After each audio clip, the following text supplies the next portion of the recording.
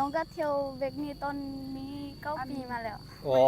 เก้าทางหุ้มซ่าแมันบ่โดย เจ้าเที่ยวแบบนี้หัน9 ปีมาละเจ้าเที่ยวมาอย่างมานี่ฮะมาไปยุ่นำแล้วก็ก็ส่งไปห้า โอ้ เมทัลแล้วก็เมทัลก็ส่ง เอาง่ายๆคือชีวิตของน้องนี่เดินทางมาได้9 ปีแล้ว เดินทางเดินไปเดินมาไปหาเอ้อยได้มาหาไปเท่าได้ไปพุ่นมาพี่ได้เนาะ โดย ตอนนั้นน้องบ่มีโทรศัพท์น้องก็ยังไปคนเดียวเท่านั้น โอ้บ่มีโทรศัพท์ก็ไปคนเดียวเลยแบบไปแบบเดาๆไปเลย โดย เพราะว่าสมัยก่อนมันบ่มีโทรศัพท์อ๋อแสดงว่าชีวิตของน้องคือการเดินทางได้นี่ เดี๋ยวไม่เท่าอยู่ทางคุณ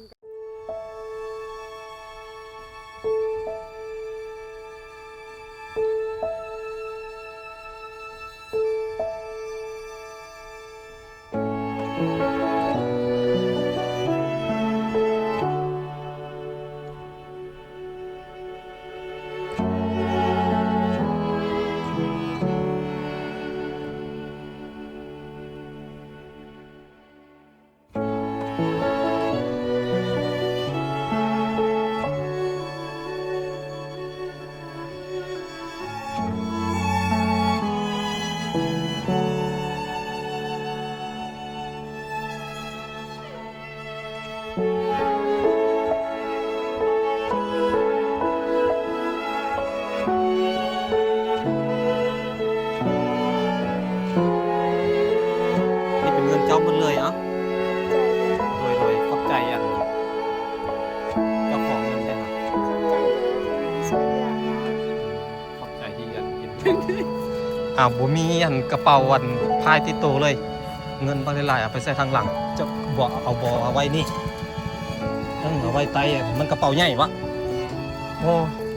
เอากระเป๋าไอ้ไปใส่ก่อนป่ะเอาป่ะไอ้เสียวให้โอ้กระเป๋าน้อยๆนี่ใส่เปิดมาดูมีเงินหลายปะเลยได้เอาให้แม่จะบอกเงินฮะ เอาไว้เป็นคันลูกน้องวัน อ๋อแม่เก็บไปให้ แม่เก็บไปให้อยู่พี่เอาไว้เป็นค่ารถปัดน้องมาเถอะนะไอ้ยังสิเว้ากับเจ้าอยู่ค่ารถเถอะหน้าถ้ามาบ่มีเงินค่ารถแล้วบอกไอ้เด้อโอเคมาผู้ใดอยากถือเลขมาถ่ายเอาเบอร์ปีน้องดาวนี่มาเก็บไว้ดีๆ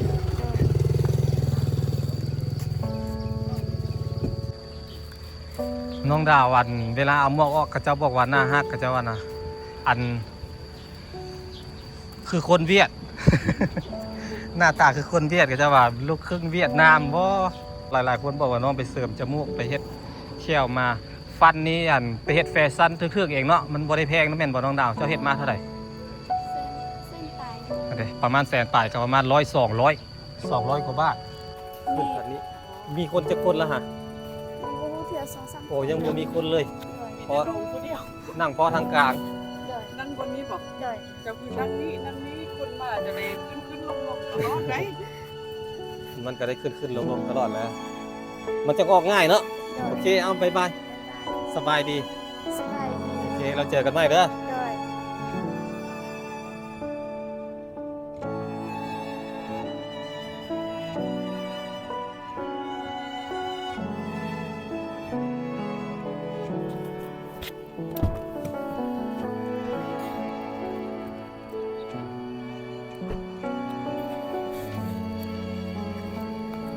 สบายดีน้องดาว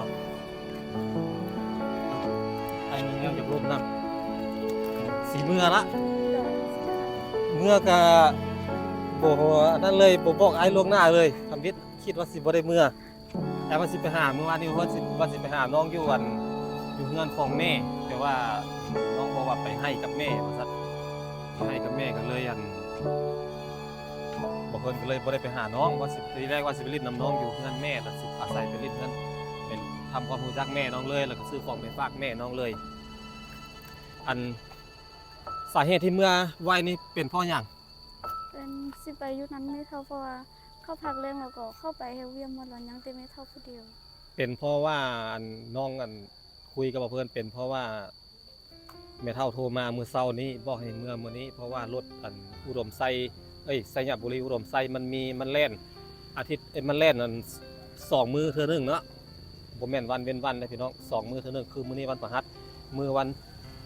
นเสาร์พุ่นแหละมันจังได้แล่นอีกเทื่อนึงแล้วก็บวกกับอันค คนที่อยู่ในเฮือนบ่มีคนอยู่บ่มีคนมารับน้องอยู่คิวรถกลับเมืองบ้านเพราะว่าเขาเจ้าไปเวียกหมดเรือแต่แม่เฒ่าคนเดียวที่อยู่เฮือนเนาะ โดย แล้วมื้อนี้เจ้าไปนำกันคนเดียว ไปคนเดียว เดินทางคนเดียวเลย น้องก็เดินทางคนเดียวนี่ รถนี้ฮอดอุดมไส้เลยบ่หรือว่าไปต่อไปลงหลวงพระบางแล้วไปต่อหลวงพระบาง ฮอดอุดมไซเลย อุดมไส้เลยอ๋อ น้องก็เที่ยวเวกนี้ตอนมี9 ปีมาแล้ว อ๋อเก้า ทางหุ้มซ่ามันบ่ โดย เจ้าเที่ยวแบบนี้หัน9 ปีมาละเจ้าเที่ยวมาอย่างมานี่ฮะมา มาไปยุ่นำแล้วก็ก็ส่งไปห้า โอ้ เมเท่าแล้วก็เมเท่าก็ส่ง เอาง่ายๆคือชีวิตของน้องนี่เดินทางมาได้9 ปีแล้ว เดินทางเดินไปเดินมาไปหาเอื้อยได้มาหาไปเท่าได้ฮะไปพุ่นมาพี่ได้เนาะ โดย เออ ตอนนั้นน้องบ่มีโทรศัพท์น้องก็ยังไปคนเดียวใช่ไหม โอ้บ่มีโทรศัพท์ก็ไปผู้เดียวเลยแบบไปแบบเดาๆไปเลย โดย เพราะว่าสมัยก่อนมันบ่มีโทรศัพท์อ๋อแสดงว่าชีวิตของน้องคือการเดินทางได้นี่ แล้วแม่เฒ่าอยู่ทางคุณกับเบิ่งโมงว่ารถนี้ไปฮอดคุณตอนจักโมงแล้วไปรับเอาเจ้าอยู่คุณแล้วนี่เอา ประมาณจังโมงฮอดบ้านนี่รถนี่ 6 โมง 6 โมงแรงเขาสิไปทางกันหงสาพี่บอกหรือว่าไปทางหลวงพระบาง ไปทางของซ่า ไปทางหงสาพี่ โดย ไปทางพี่ก็ได้ไปทางนี้เข้าหงสาแล้วอุดมไซเลยแต่หรือว่าบ่อแก้วอ่ะ เจ้าซื้อปีรถแล้วบ่ ซื้อแล้ว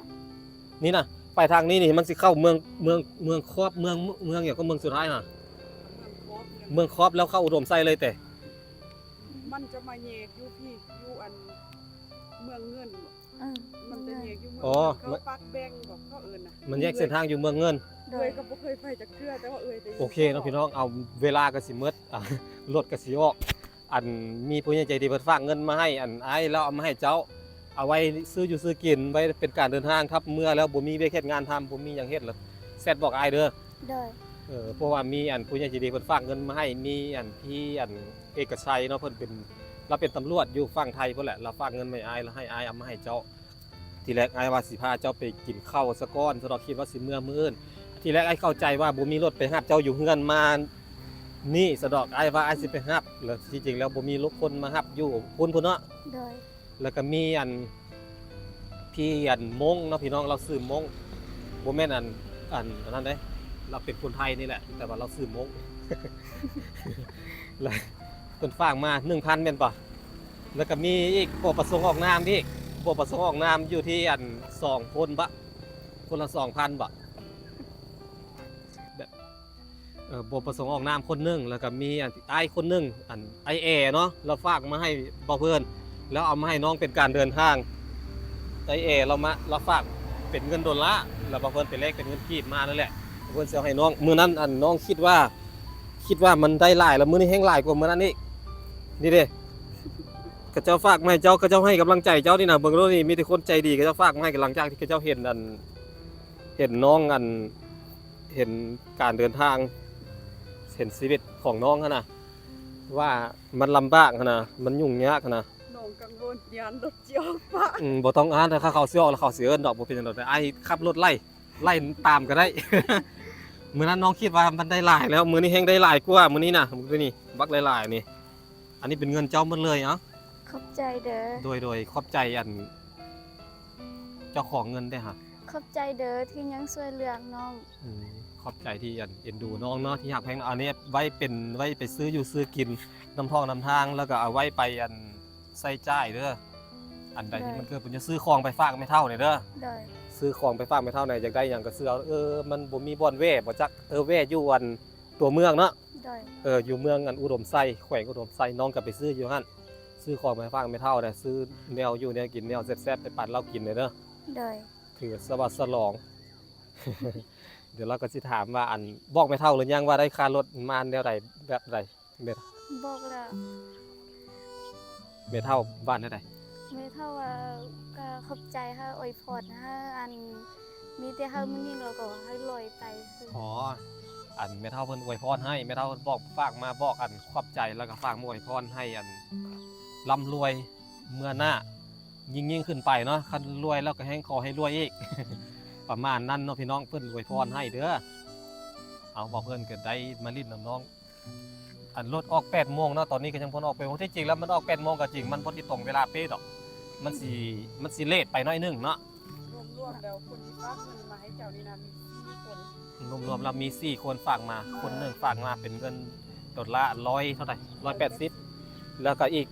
คนไทยหันฝากมา 2,000 แล้วอีกพี่เอกชัยฝากมา 2,000 แล้วก็พี่มงหันฝากมา 1,000 แล้วก็อีก 2,000 นั้นเพิ่นบ่ประสงค์ออกนามเพิ่นให้กำลังใจเจ้าเพิ่นฝากให้อายมาบอกเจ้าว่าให้เจ้าสู้ๆเด้ออันนี้เป็นกำลังใจเด้อกับเจ้าฝากให้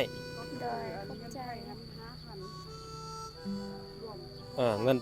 นบาททั้งรวมทั้งหมด 5,000 บาทแล้วก็บวกกับเงินอันกีบเป็นเงินดอลลาร์หัน180ดอลลาร์ไอ้แรกมาเป็นเงินกีบแล้วก็เอามารวมกันเป็นทั้งหมดเป็น4คนที่ฝากมาให้เนาะให้กำลังใจน้องใส่ให้มันเกิดประโยชน์เด้อ โดย ที่จริงแล้วมันก็เป็นสิทธิ์ของเจ้าแหละอยากซื้อหยังก็อันนั้นที่อ้ายบอกนี่ก็คืออยากให้เจ้าเห็นคุณค่าของเงิน ที่กระเจ้าให้ก็ย้อนว่ากระเจ้าฮักกระเจ้าแพงกระเจ้าเอ็นดูบ่แม่นว่ากระเจ้าให้เฮาแล้วเฮาได้เงินมาง่ายๆแล้วเฮาสิไปใช้ได้ครับมันฟุ่มเฟือยบ่เกิดประโยชน์หั่นน่ะ โดย ใช้ให้มันเกิดประโยชน์สูงสุดถ้าเกิดว่าไปแล้วบ่มีเวียกเฮ็ดหรือว่าแม่นหยังแล้วก็คุยกับโทรบอกอ้ายก็ได้ โดย เพราะว่ายังมีคนที่ใจดีเขาเจ้าอยากช่วยเหลืออยู่อยากส่งเสริมน้องอยู่นะประมาณนี้นะหลายๆคนก็อยากส่วนน้องไปเฮ็ดเวียกเฮ็ดงานนำแต่ว่าอายุน้องยังบ่ถึงอายุน้องหาก็12ยัง13หาก็13 ปีเนาะ โดย น้องหาก็อายุ13 ปียังน้อยอยู่เลยยังเป็นเด็กน้อยอยู่เลย ถือว่ายังเด็กน้อยอยู่ได้13 ปีนี้บ่ได้แม่นใหญ่นะถ้าเป็นคนไทยนี่ยังเป็นเด็กหญิงอยู่ได้แต่ถ้าอายุกาย18 ปีเขาจะเงินนั่นนางสาวบ่นางสาวนี่คืออัน แต่งงานแล้ว แต่งงานแล้วเนาะนางสาวนี่แต่งงานแล้ว เด็กหญิงอยู่ยังเป็นเด็กน้อยอยู่ยังเป็นนั่นแหละคิดเห็นอนาคตบ่ต้องรีบร้อนเด้อบ่ต้องฟ้าวต้องรีบดอกเขาต้องเฮียนให้สูงๆเอาตัวเองให้รอดซะก่อนแล้วจังงั้นคิดเรื่องอนาคตเขาต้องวางแผนตัวเองให้ได้ก่อนอนาคตหั่นครอบครัวหั่นอันนั้นเป็นเรื่องสำคัญเราต้องคิดให้ดีๆโอเคเนาะกับบ่มีอย่างเดี๋ยวน้องรถก็สิออกละเดี๋ยวสิให้ไปส่งน้องก่อนเจ้าขึ้นรถแล้วแต่ขึ้นไปนั่งได้บ่นั่งละ ขึ้นป ได้ทางหน้าหรือทางหลัง ทางหน้า ดีแล้วนั่งทางหน้ามันจังบ่เมารถ เอาเครื่องขึ้นรถนะ โดย เจ้าเป็นคนเมารถบ่ บ่น้องบ่เมาน้องวัน เพราะว่าเดินทางตลอดเนาะ เดินทาง เพราะว่าน้องเดินทางตลอดนั่งรถตลอดบ่ค่อยเมาเครื่องคองหลายอยู่บ่ ก็บอกบ่ไหลเพิ่น บ่หลายปานใดมีแต่เสื้อผ้า โดย จำเป็นเนาะแล้วอันของที่บ่จำเป็นฝากไว้บ่หรือว่าเอาเมื่อให้หมดหรือว่ามีแต่ซ้ำนั้น เอาไว้ ฝากไว้ โดย ฝากไว้นำแม่บ่หรือฝากไว้อยู่โรงเรียน ฝากไว้ยุ่งเหียน ฝากไว้ได้ติ ได้ มันสิบ่เหี่ยบ่ บ่ ฝากไว้นำอาจารย์บ่ โดย แล้วอันมีหยังที่อันเป็นหยังที่เจ้าบอกว่าสิเอาให้ไอ้ฟ้ามัน ลืมเอามาแล้ว บ่เป็นหยังบอกก็ได้บ่ได้ก็บ่เป็นหยัง เอาอันบูซื้อน่ะภาษาเราว่าอื่นอยู่ได้ มันคือหยังมันเป็นหมากไม้เป็นพักหรือเป็นหยัง เป็นมักไม้อัน หมากอันหน่วยประมาณนี้บ่ อืม หมากบ่แม่นหมากส้มโอติ บ่ฮู้ หมากอันหมากส้มโอหมากที่อันคล้ายๆใบมันคือหมากนาวหั่นน่ะ อืม แม่นแหละ หมากส้มโอยามนี้น่ะเพราะว่ามันอันเฮาสิแก้กินทางในมันเนาะเปลือกมันละเขียวๆดอก น้องนั้น แม่นแหละ เตรียมได้แต่ว่าตอนนำมาเราก็น้องลืมเอาอะ ฟ้าวมาบ่คิดว่าสิได้เจออ้าย โดย บ่เป็นหยังบ่เป็นหยังขอบน้องมีความที่อยากให้อ้ายก็ดีใจแล้วแหละบ่เป็นหยังดอกจักมากฮะ 2-3 2-3มาก โดย บ่เป็นหยังทีแรกอ้ายว่าสิไปเล่นน้ำเจ้ามื้อวานนี่อ้ายว่าสิซื้อของไปฝากแม่เจ้าเลยว่าสิไปเล่นน้ำแล้วก็สิไปกินข้าวสวยน้ำบ่หรือวันใดนี่แหละเดี๋ยวอ้ายสิไปเล่นน้ำเลยอยากเห็นเฮือนแม่เจ้าอยู่แบบใดอยู่หลังใดแบบนี้นะ แต่ว่าน้องบอกว่าสิไปให้กับแม่ เย็นอันหน้าแม่เจ้าทำตัวรู้จักกัน อืม เวลาเย็นกันแล้วจึงทักทายกันสินะ โดย ให้กันเลยว่าสิซื้อของไปฝากเราได้กันเลยผู้ดีน้องบอกว่าไปให้กับแม่ร้ายกันเลยสั้นกับบ่เป็นหยังแล้วคิดว่ามื้อนี้อันน้องก็สิว่างเบิดมื้อซะดอกว่าสิ เดี๋ยวต้นเสาร์นี้ให้มาซุ่มเจ้า พ่อ พ่อนะ จัก โดยที่เราจับเตียนเข้าไปแล้วเขาก็ พ่อน้ามาส่งเนาะ โดย เราก็ใจดีอยู่บ่ บ่ฮู้แล้วเฮาบ่ได้อยู่นำลาวเนาะ แม่ ก็สิใจดีหั้นแหล้วเนาะเฮาบ่ได้อยู่เพราะว่าตั้งแต่แม่มาเอาอันผัวใหม่นี้เจ้าก็บ่ได้มาอยู่นำแม่เนาะมีแต่เจ้ามาโรงเรียนก็มาเข้าโรงเรียนก็อยู่หอพักพี่ โดย สิไปเล่นนำแม่ก็แค่มื้อ2มื้อเองแม่นบ่ แม่ สิบ่ได้อยู่นำตลอดน้องไปเล่นนำมันแม่หั่นไป เยี่ยมไปคอยซื้อที่จริงแล้วบ่ได้อยู่นำ โอเคไปส่งน้องขึ้นรถ ไปขึ้นรถเอาเก็บไว้เงินน่ะ โดย เจ้าไหนเขาเห็นว่าเงินหลายเขาพุ่นเจ้าได้เรียนไว้ดีๆเด้อ เก็บไว้ดีๆเงินเราลูกหลับ โดย ทีแรกว่าสิให้น้องยกเลิกบ่ให้เมื่อซะมื้อนี้เพราะน้องซื้อทุกปีไปละราคา500,000เกือบ 1,000 ก็เลยโอ้ยะเสียดายเงินเนาะ เลยอย่างกับอันนั้นเด้ ใส่คนนั่ง ขึ้น นี่ คันนี้มีคนจะคนแล้วฮะ ยังบ่ฮู้เทื่อ2-3 โอ้ยังบ่มีคนเลย โดย มีแต่น้องผู้เดียว นั่งพอทางกลาง โดย นั่งบนนี้บอก โดย จะคือนั่งนี้คนมาจะได้ขึ้นลงตลอดได้ มันก็ได้ขึ้นลงตลอดแล้ว มันจะออกง่ายเนาะ โดย แม่ค้าเนาะมีหยังแน่แม่ค้า เดี๋ยวเอา โอ้มีขนมซื้อเอารถซื้อเอารถเจ้าหันซื้อเอาไปกินน้ำทางอ่ะ เอาแต่ขนมจืดนั่นมีอะไรเขาเลือกให้กิน ได้ขายดีอยู่บ่แม่เท่า เมื่อได้ไข่ พอได้ขายอยู่เนาะ ขายน้ำคิวรถเอาสำนั้นเนาะ 9,000 20,000ผู้ดีเอาจ่ายเงิน เดินทางปลอดภัยเด้อล่ะโชคดีแล้วเจอกันใหม่ บ่มีอันกระเป๋าอันพายติดตัวเลย เงินบางหลายๆเอาไปใส่ทางหลังจะบ่เอาไว้นี่เอาไว้ไตอันมันกระเป๋าใหญ่วะ ง่าย โอ้เอากระเป๋าไอ้ไปใส่ก่อนป่ะเอาป่ะไอ้เซลให้ สิสละกระเป๋าให้น้องเลย กระเป๋า กระเป๋าบ่งามเนาะบ่อยากได้ปะ เป็นยังแบบ โอ้กระเป๋าน้อยๆนี่ใส่เปิดมาดูมีเงินหลายปะได้ มันบ่มีเด็ด ได้เอาให้แม่จะบ่เงินฮะ ยังบ่เฮาเทื่อยังมันมีว่าเอาไว้เป็นค่าลูกประมาณ อ๋อแม่เก็บไว้ให้ โดย แม่เก็บไว้ให้อยู่พี่เอาไว้เป็นค่ารถบัตรน้องมาเถอะนะ โดย ไอ้ยังสิเว้ากับเจ้าอยู่ค่ารถเทื่อหน้าถ้ามาบ่มีเงินค่ารถแล้วบอกไอ้เด้อ โดย โอเคมาผู้ใดอยากถือเลขมาถ่ายเอาเบอร์ปีน้องดาวนี่ นี่ดิเบอร์สอง เบอร์2 เบ ที่ อร์ส้มกับเท่านี้พี่แล้วเท่าทางหน้าพี่นะ ค่ารถ500,000กีบ โน ซื้อดาว น้องดาวบอกเวลาเขาผิด ไปทาง ได้นี่โอ้ อุดม เก่า ใส่ โมงน้องดาวบอกโอ้ เออ แป๊บลงเอ่ยเร่งได้เร่งว่า เดี๋ยวรถ นี้กับ ร แป๊ ถ บ ออ ล ก ง ร เล ถ ย รถออก9 โมงพี่น่ะน้องดาวน้องดาวบอกไอ้พี่ไอ้กับฟ้าวไอ้ก็ไปอาบน้ำเกลือหมู ฟ้าวมาโอ้โหท่านที่เดินทางทุกครั้งกรุณาแจ้งปีซาสุด30 นาทีก่อนออกเดินทาง ถ้าว่าขึ้นรถบ่ทันเขาจะส่งเขาจะอันหัก 30%ก็คือ5เส้นนี้เขาเอาอยู่ประมาณเส้น5บอก ถ้าขึ้นรถบ่ทันแล้วส่งปีคืนแล้วเขาจะเอาหัก 30%ค่าปีดังนั้นนั่งตามปีเบอร์ของท่านอ่ะเก็บไว้ดีๆ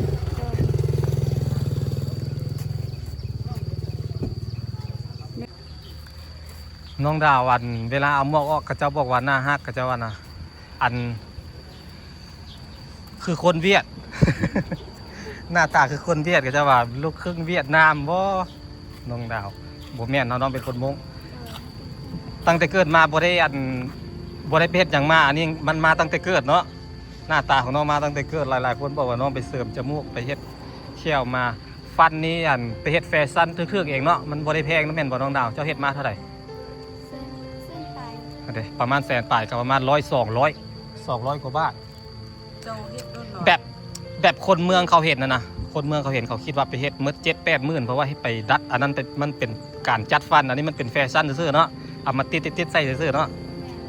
ที่เขาเฮ็ดอันเป็นอันดัดฟันทัน7-8 หมื่นพอได้50,000ก็มี40,000ก็มี